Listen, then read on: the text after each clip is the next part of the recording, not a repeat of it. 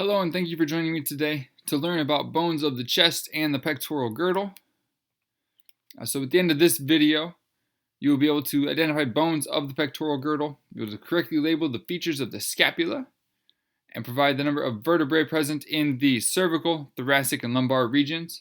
You'll also be able to name the three parts of the sternum and label the features on the humerus. So those are the goals, so let's get rolling. So again, we talked your exoskeleton is composed of your head, neck, or your head, your spine, your ribs and sternum, and your sacrum and coccyx. Your spine is made of 26 bones. You have 7 cervical vertebrae. You have 12 thoracic vertebrae. You have 5 lumbar vertebrae. You have 1 sacrum, and you have 1 coccyx. So your sacrum is made of 5 vertebrae that were all fused together, and your coccyx is 4 fused tail segments. So that's kind of our remnant of a tail. So when you hit your tailbone, you hit your coccyx. Your thoracic cage is made of ribs and a sternum. So you have 24 ribs and you have 1 sternum. Your 24 ribs connect directly to your 12 thoracic vertebrae. And so ribs 1 through 7 are known as true ribs. They connect directly to the sternum. 8 through 10 or 8, 9, and 10 are false ribs. They all connect together and then to the sternum, so they connect indirectly. And then 11 and 12 are called floating ribs, that they don't actually connect to your sternum at all. With your ribs, you have what's known as costal cartilage. So costal refers to ribs, so this is cartilage of the ribs. And this connects your ribs to your sternum. The sternum specifically has 3 parts. The top part is called the manubrium, the middle of the sternum is called the body, and the bottom little spike is called the xiphoid process. So those are your 3 parts of the sternum, which is connected to your ribs through costal cartilage. You have 7 true ribs, you have 3 false ribs, and you have 2 floating ribs. That's the breakdown of the information that you need to be aware of. So here is a diagram. So you see that these ribs connect directly to the sternum through this costal cartilage. So 1, 2, 3, 4, 5, 6, and 7 all go directly to the sternum.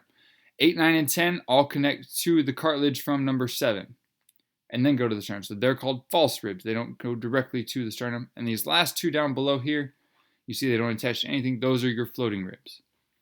In regards to the sternum, you have this top piece is called the manubrium.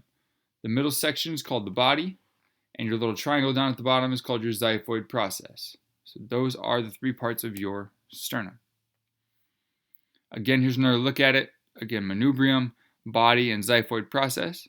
And this is an attachment site for your ribs. Your pectoral girdle, is also known as your shoulder, is composed of your clavicle, your scapula, and your humerus intersects there as well.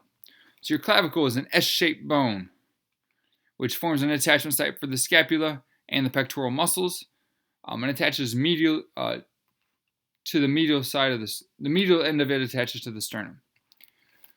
Your scapulae form attachment sites for the arm and different muscles. So a couple parts of your scapula include the glenoid fossa, which is where your humerus attaches, your acromion process, which is an attachment site for your clavicle. So your AC joint is your acromioclavicular joint. See if I can spell today.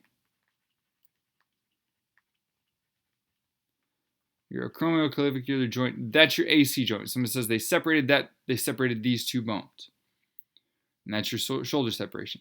You also have a coracoid process, which is a muscular attachment site different than the acromion. So those are some of your pieces to the scapula, which you can see here. So this is your clavicle. You have a sternal end, and you have an acromial end. So this side attaches to the acromion, this one attaches to the sternum.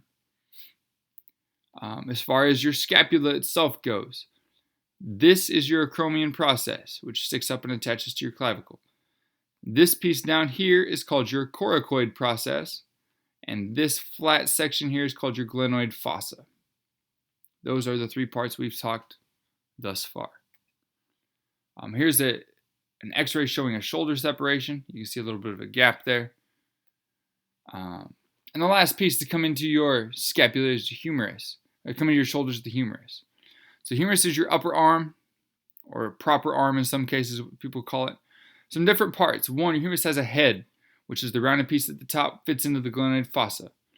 Two, you have a greater tubercle, which is lateral and distal to the head of the humerus, which is for an attachment site for muscles. You have a deltoid tuberosity, which is a rough patch in the middle of the shaft. It's an attachment site for the deltoid muscle. Your olecranon fossa is a depression on the posterior portion to allow for your elbow joint. Your condyles create your elbow joint, and your coronoid fossa allows you to bend your elbow, and that accepts your anterior process of the elbow joint. We'll look at that here shortly too. So from this, this would be the front of your arm, this would be the back of your arm. So the rounded piece up top is known as the head. This bump here, this little projection here, is called the greater tubercle. On the smaller side, so here's greater, on the back side you have, this is a smaller projection known as the lesser tubercle. You have a little ridge projection here that's rough. This is your deltoid tuberosity. Down at the bottom you have your olecranon fossa in the back, the posterior side. Your coronoid fossa is on the anterior side in the front. You have two condyles here. They have specific names. Your capitulum and your trochlea. And those are surrounded by your epicondyles. So on the trochlear side, you have your medial epicondyle. On the lateral side, you have your lateral epicondyle. I keep capitulum and trochlea separate. I can keep them apart because I think of a CT scan, so C and T, goes from the outside in, so lateral to medial, capitulum, then trochlea. Those are your bones of the